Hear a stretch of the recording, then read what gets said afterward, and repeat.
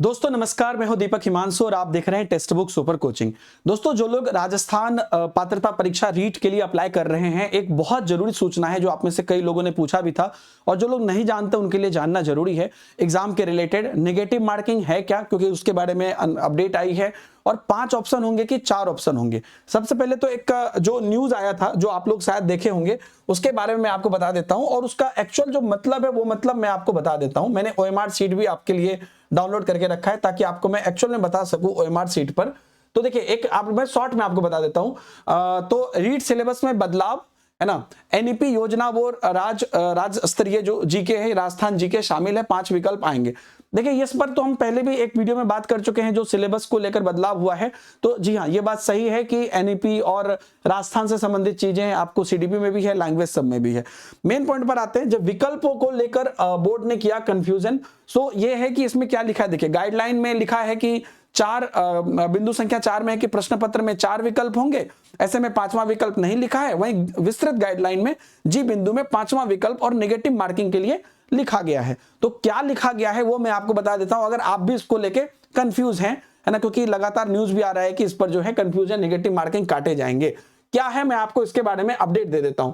तो पहले हम चलते हैं इनके नोटिफिकेशन पे। तो ये गलत नहीं लिखे हैं कुछ, ये इनको बस हमें अच्छे से समझना है।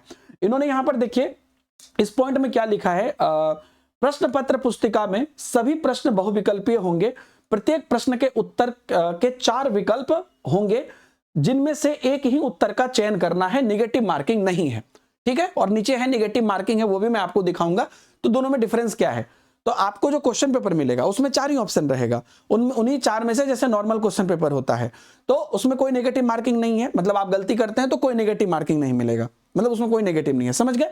लेकिन कहां नेगेटिव है वो बात आप देख लीजिए, थोड़ा ध्यान से समझ लीजिए। अगर आपको पता है तो अच्छी बात है, नहीं तो समझ लीजिए। देखिए क्या कह रहा है अब जी, मैं यहां पर देखिए उत्तर पत्रक में प्रत्येक प्रश्न के लिए 5 विकल्प होंगे, मतलब ओएमआर शीट में 5 होगा, क्वेश्चन में 4 ही रहेगा लेकिन ओएमआर शीट में 5 विकल्प होंगे, है ना, और प्रश्न पत्र में 4 ही विकल्प होंगे।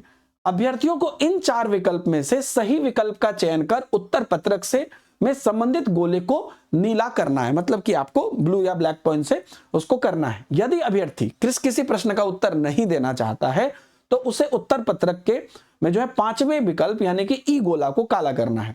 यदि उत्तर पत्रक में दिए गए 5 विकल्प में से किसी भी गोला को आपने नहीं कलर किया है तब आपका 1/3 मार्क्स जो है काटा जाएगा। और अगर कुल 10% से अधिक प्रश्नों में, है ना, 5 विकल्प में से जो है कोई भी विकल्प अंकित नहीं किया गया है तो आप अयोग्य माने जाएंगे। अब मैं आपको ओएमआर शीट के हिसाब से बता देता हूं क्या ये कहना चाह रहा है। मान लीजिए कि एक ये क्वेश्चन पेपर है, ठीक है। अब यहां पर मुझे गोला रंगना है तो क्वेश्चन में तो हमको 4 ही ऑप्शन है। तो मान लीजिए कि एक का हम बना दिए ए, ठीक है, मेरा मतलब ये ब्लैक पेन ले लेता हूं। तो एक का मान लीजिए मैंने बना दिया ए, ठीक है, मतलब अच्छे से रंगना है आपको। और 2 का मान लीजिए बना दिया सी।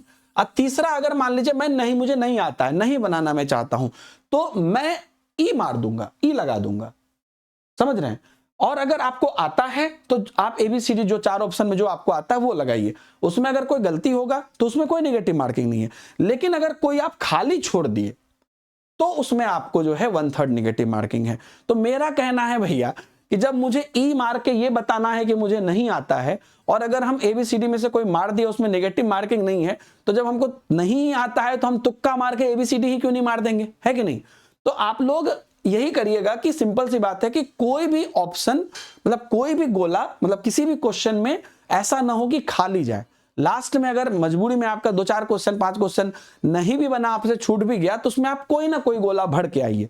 आप ई भर के आइएगा तो मतलब आपको नहीं आता है, एबीसीडी में से कोई भरिएगा तो अगर सही हो गया तो सही हो गया, गलत हो गया तो कोई नेगेटिव मार्किंग नहीं कटेगा। तो मेरा सजेशन ये है कि इस बात को आप समझ गए ना कि ऐसे नॉर्मल नेगेटिव नहीं है, तो आप कोई भी जो है गोला भर के आइएगा और ई मारने की जरूरत ना पड़े, ठीक है। तो अगर नहीं भी आता है लास्ट में तो वही उनमें से ही कोई गोला भर देंगे। इनका एक रूल हो गया कि अगर आप कोई भी देख लीजिए फिर से कि अगर मान लीजिए कि आप जो है कोई भी आपको मतलब प्रश्न नहीं आता है तो आप ई भरिए, लेकिन यहां पर ये क्लियर है, जो इससे पहले वाला जो हमारा पोर्शन था उसमें वो क्लियर है कि आपको 4 विकल्प होंगे, एक ही उत्तर का चयन करना है, इसमें कोई नेगेटिव मार्किंग नहीं है। तो आप कोई भी उत्तर चयन कर लिए, गलत हो गया तो नेगेटिव मार्किंग नहीं है। उम्मीद करता हूं कि आप ये वाला पोर्शन समझ गए होंगे।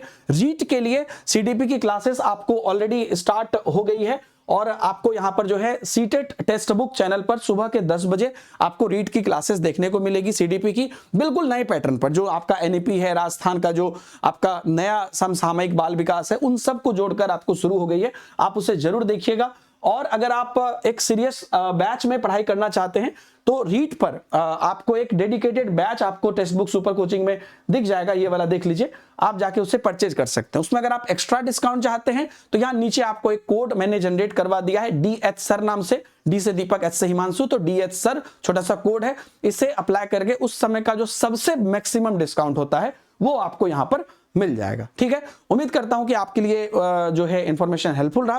Thank you very much, bye bye, जय हिंद।